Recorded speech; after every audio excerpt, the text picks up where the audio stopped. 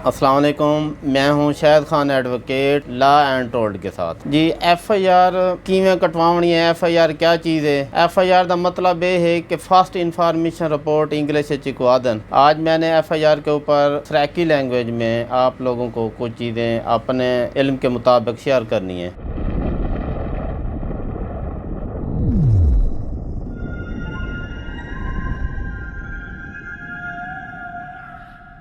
अस्सलाम वालेकुम, मैं हूं Shahid Khan advocate law and told के साथ। जिस मौजू पे मैं गुफ्तगू करने जा रहा हूं वो है FIR। आज मैंने FIR के ऊपर सराइकी लैंग्वेज में आप लोगों को कुछ चीज़ें अपने इल्म के मुताबिक शेयर करनी है जी। FIR किवें कटवावनी है, FIR क्या चीज़ है। FIR का मतलब ये है कि फर्स्ट इंफॉर्मेशन रिपोर्ट इंग्लिश चिकवादन ते सराइके च असा कवादे हैं जी। असा मानते हैं पर्चा कटवावने। पर्चा किवें कटवावने, उनजा कुछ चीज़ां लवाजमात हैं, कुछ ऐसे गाली हैं जेड़ा मैं तुहानू दसेना कि पर्चा कटवावन किते साकू केड़ियां गालियां दा ख्याल रखना चाहिए। वो 8 पॉइंट मैं नोट कीते ने। 8 पॉइंट पहले मैं तुहानू दसेना भी 8 पॉइंट केड़े हैं। पहली गाल यह है कि असा डेट देखनी है, केड़ी डेट को साडे नाल कोई हादसा थे या कहीं ज्यादती की या कोई मसला सारा खड़ा थे और डिमार केड़ी आई, असा डिवार को देखने। दूजे नंबर ते टाइम है यानी वक्त देखने, केड़े वक्त केड़े टाइम ते ये सारा वाकया थे। तीजे नंबर ते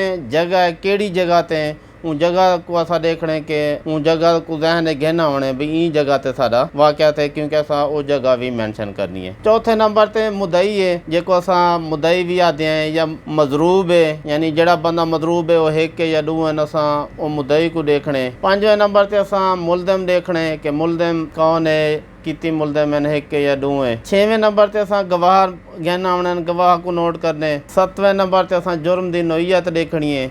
8वें नंबर ते असा लास्ट ते यानी कि जड़ी असा पर्चा कटवावना उनके तले दस्तखत करना। हुण मैं इन्हें को एलैबोरेट करे सा इंग्लिश एलैबोरेट आदन, यानी असा अपनी ज़ुबान चाहते हैं कि को डिटेल नाल ज़रा खोलते किवें असा मैं इवें ये जड़े नंबर हैं ये पॉइंट हैं इन्हें को ज़रा खोलते तो आपको दसे सा। पहला नंबर मैं तो को आख्या है कि डिमार है, यानी डिमार का मतलब है कि ये डेट है। उन डेट का असा मैंशन करना और लिखनी है कि वो डेट केड़ी डेट है, यानी उन डिवार का मतलब यह है कि पहले असा डिवार का लिखसूँ, वाल उनका हफ्ता लिखसूँ केड़ा हफ्ता है, वालो असा साल लिखसूँ। यानी पहले डिवार लिखनी है, मिसाल के तौर पर अगर 12 तरीक को है तो वाल 12 लिखसूँ, अगर चौथा, पंजवां, छेवां जेड़ा महीना 6वां महीना तो वालो 6 लिखसूँ। तो उन तो बाद साल लिखसूँ केड़ा साल है 2020 चलता पे तो असा वो 2020 लिखसूँ। यानी पर्चा कटवाने तो पहले असा ये डेट लिखनी है। उन तो बाद असा टाइम देखने के केड़े टाइम को ये वकूआ थे, वो टाइम ई नोट करे सूँ कि वो मिसाल के तौर पर टाइम थी ना पे 2:45 मिनट तो नाल कोई वकूआ थे। हम तो आपको करेक्ट अंदाज़ा इवें है कि 2:45 मिनट ये हादसा थे। असा ये करे सूँ कि हम 2:45 मिनट तक लिख सूँ, लेकिन उनके नाल असा ये लिख सूँ कि तकरीबन द लफ्ज़ नाल इजाफा कर दे सूँ। अगर कोई 2-4 मिनट या घड़ी ते टाइम अगू पिछू भी होंगे तो उनके कोई मसला क्या नहीं, नाल वे चीज़ां थोड़ा गैप पूरा कर गिनती। असा को तकरीबन दा लफ्ज़ नाल दे देसूँ। अगर नींद आओ सी तो असा को यानी कि PM लिखते हैं। अगर रात का आते ने रात के 12 बजे को ला तो नींद के 12 बजे तक वो AM शुमार किया वेंदे सारे पाकिस्तानी स्टैंडर्ड टाइम के नाल। यानी असा को यानी रात के 12 बजे को ला तो नींद के 12 बजे तक को असा AM लिखते हैं। नींद के 12 बजे को ला तो रात के 12 बजे तक असा को PM सदेंदे हैं। असा वाल उन टाइम के नाल असा यानी अगर सारा 2:45 मिनट नींद का सारा कोई वकूआ है सारे नाल हादसा थी ना पे असा तकरीबन 2:45 PM लिखसूँ। तो उन तो बाद हुण असा अगले टॉपिक तीजे नंबर ते वेसूँ।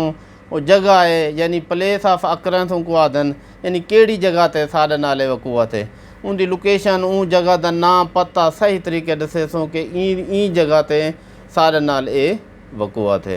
चौथे नंबर पर असा ये देखने के मुदई कौन है, यानी मुदई कोई भी बन सकते, कोई उथों मौके का बंदा या कोई एनीवन बन सकते। अगर कोई मुज़र रसीद है यानी मजरूब है वो भी मुदई बन सकते।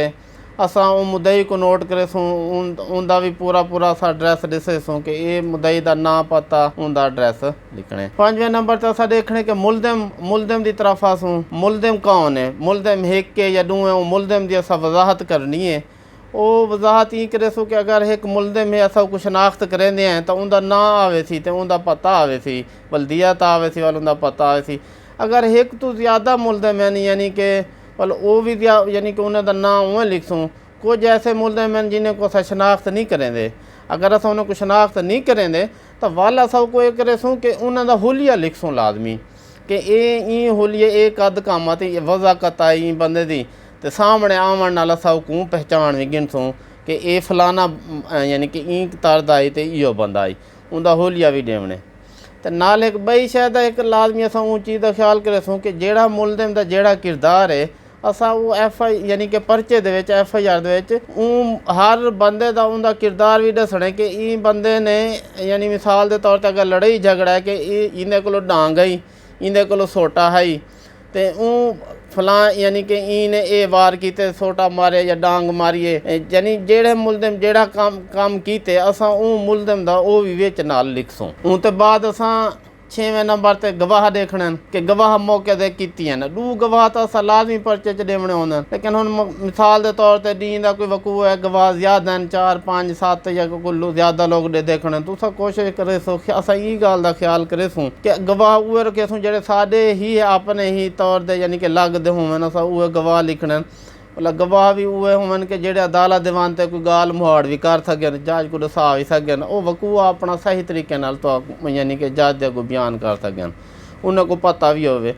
इंग्लिश इन्हें को आई विटनेस आते हैं लेकिन सराइके च असां इन्हें को सराइके च भी गवाह आते हैं वो गवाह उहे साडू अपने यानी मखसूस कर गिनसूँ उन्हें को लग उन्हें दा नाम ही असां लिखसूँ। उन ते बाद होंदे जुर्म की नोईयत होंदी है यानी एक नौजवान वकील वास्ते ई चीज़ का अबूर को हासिल होवे यानी कि ई चीज़ तो को पूरा कॉन्फिडेंस एतमाद होवे कि जुर्म की नोईयत क्या है यानी को पता होवे कि ये हुण अगर लड़ाई झगड़ा है तो किन्ने को डांग सोटा है या कोई आतशी असला इस्तेमाल करना पे जुर्म की नोईयत का भी पता होवे कि अगर कहीं ते हमला कीते तो 337 लगी है इंदे उत्ते अगर कोई हड्डी त्रुटी है 337 केड़ा यानी कि सैक्शन इंदे उत्ते फाल थींदा पे केड़ा इंदे उत्ते यानी F1 लगदे A2 लगदे A3 लगदे जेड़ा सैक्शन लगसी वो जुर्म की नोईयत का पता होना चाहिए हर वकील को हर सारे दोस्त बिरा को। आखिर असां जरा ये कोशिश यानी कि ये चीज़ देखनी ये भी ज़रूरी है कि जना तुस दरखास्त कोई पर्चा कटवेंदे भी है जना मुदई होसी मुदई दे